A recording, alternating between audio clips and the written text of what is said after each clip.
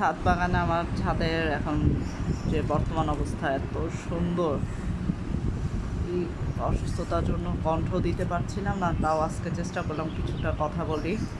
এই যে আমার ছাদ বাগান দেখেন কত সুন্দর, কলমি শাকের লতা কত দূর পর্যন্ত চলে গেছে।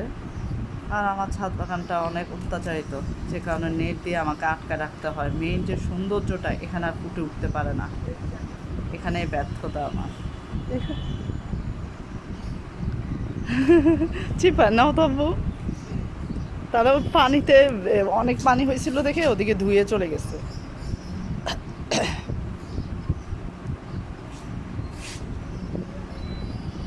কতটা সুন্দর, এই পাতাগুলো একদম সতেজ হয়ে আছে, পেয়ারাগুলো সতেজ হয়ে আছে, পুরো গাছ গাছালি একদম পরিপূর্ণভাবে সুন্দর ফুটে উঠছে।